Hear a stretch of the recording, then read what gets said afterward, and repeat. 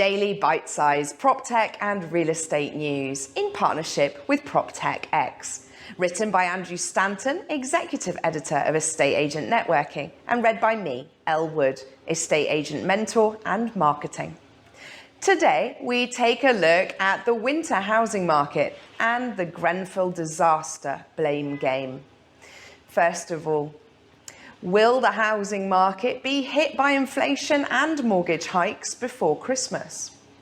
Just as things seem to be getting back to normal, over 800,000 households are now facing higher utility bills, with gas prices rising 6 times in 12 months and 6 energy firms failing in a very short space of time.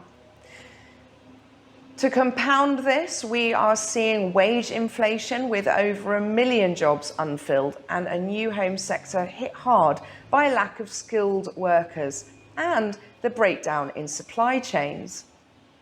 Despite the government's assurances that everything is just a blip and things will normalise, we are likely to see the cost of living rise, which means that the Bank of England will be writing some difficult letters pretty soon. There are also signs that the housing market, which was put on steroids by the Chancellor, might actually have a darker side at play. Despite the level of inventory, the volume of properties for sale is low, keeping prices high. Those buying properties with a mortgage were, in the main, looking at a fixed rate mortgage option. The significance of this is that buyers only look to fix their mortgage rate if there is a collective belief that the Bank of England base rate might rise from its 0.1% level, triggering the need to pay more cash each month if they just took out a variable rate.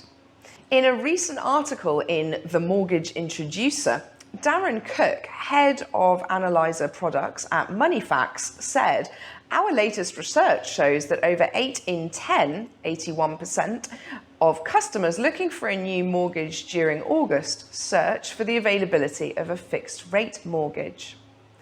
That leaves less than 20% of consumers searching for a variable rate mortgage, which may indicate that a vast majority of potential new mortgage holders may be more risk adverse in the current economic climate."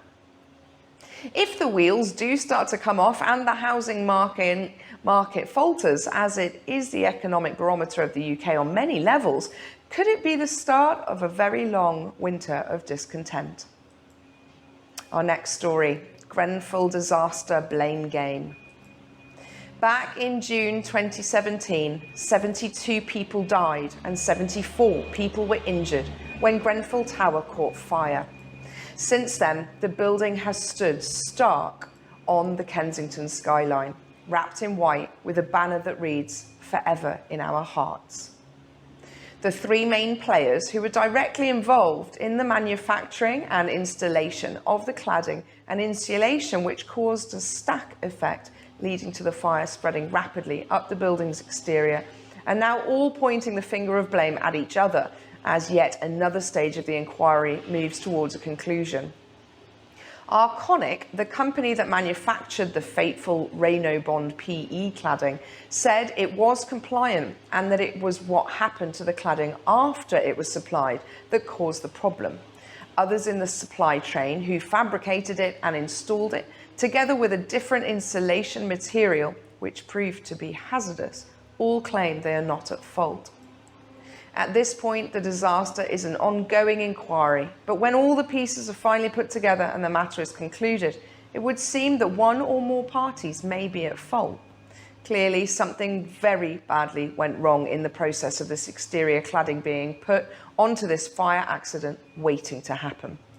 Since the disaster, it's been revealed that hundreds of thousands of people living all over the UK are living in similarly dangerous buildings, and remedial work will need to be conducted. In the meantime, buildings are needing fire watches, a costly matter. It's also devalued many properties, with homeowners unable to sell or let. Maybe Michael Gove's first order of business will be to figure out how this situation can be fast-tracked so people can all move on, not least those who lost their loved ones over 4 years ago. If you have a view, please let us all know by emailing Andrew at editor@estateagentnetworking.co.uk. Andrew Stanton, Executive Editor, Moving Property and PropTech Forward.